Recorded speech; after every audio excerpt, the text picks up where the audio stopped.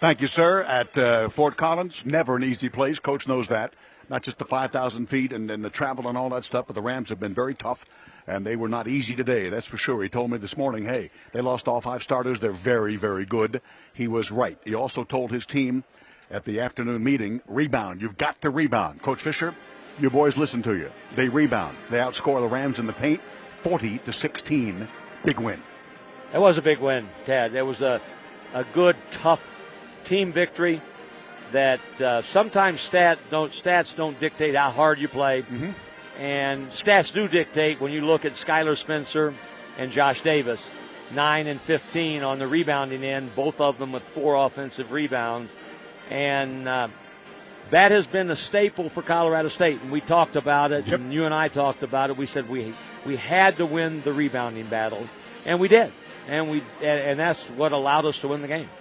Coach, did they do in terms of what they normally do? They big on dribble drive penetration and so forth and the rebounding, as you explained to the team and watching film and so forth. Did they do anything different at all today that surprised you? I don't think so. You know, they run that motion offense. I think at the start of the second half, they were a little more intent about having 4 and 5 man, maybe set more ball screens outside to create angles to dribble drive, as opposed to doing the cutting, curling type stuff. I don't think they did too much different than what we thought they would do. They're a hard team to play. Avila, he had 12 of their first 23 points and wound up with 15. So we caught a break a little bit. He winds up fouling out, as did our J.J. O'Brien. Right. So when you go on the road anywhere in league play and win, you've got to say we're pleased. Obviously, we got to, be able to step the line and shoot better than 12 for 21 at the line. We could have had greater separation, but I'm really proud of how we fought, and we made big baskets when they clawed and crawled back into the game.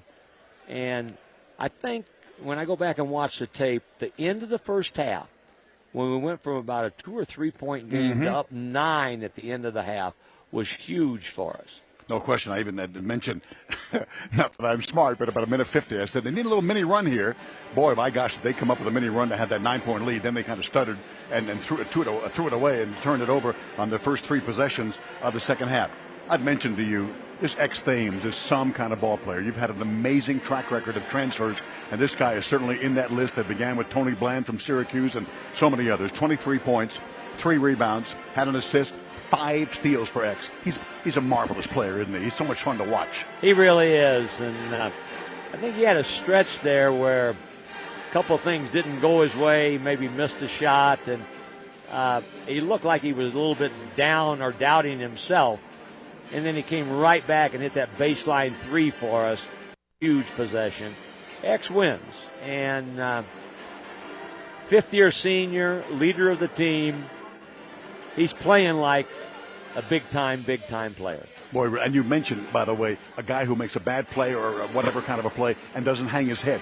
It's a stupid little play, but it's in my mind because Dakari Allen, not that he had a great impact in the game, but he missed the end of a 1-and-1. And instead of hanging his head, he ran and stole the inbounds pass. And that kind of play really impressed me, as when you say you guys play hard, that's what you're talking about. Next play. We preach and teach that. And I thought our defense, for the most part, did a good job of making it hard for them to get to the rim, and they still got to the rim at times. Bergenaro made some tough threes on us. And this is a team capable of beating anybody because of, the way they play, and they've got a big 3 that's really good. No question. Nobody would have, and you'll notice when we talked earlier today, I was not about to ask you, any chance of looking past Colorado State? That's cliche number 10. I wouldn't insult your intelligence. You guys are good, but nobody's that good to look past Colorado State in Fort Collins at 5,000 feet to look past Kansas, but now you can look at Kansas, and a big-time opportunity in Allen Fieldhouse on Sunday.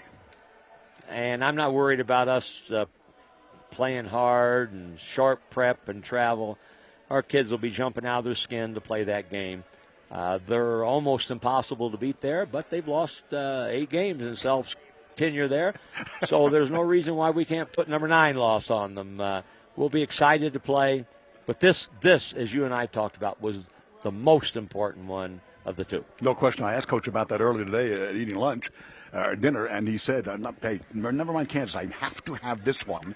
It's the conference. That's more important.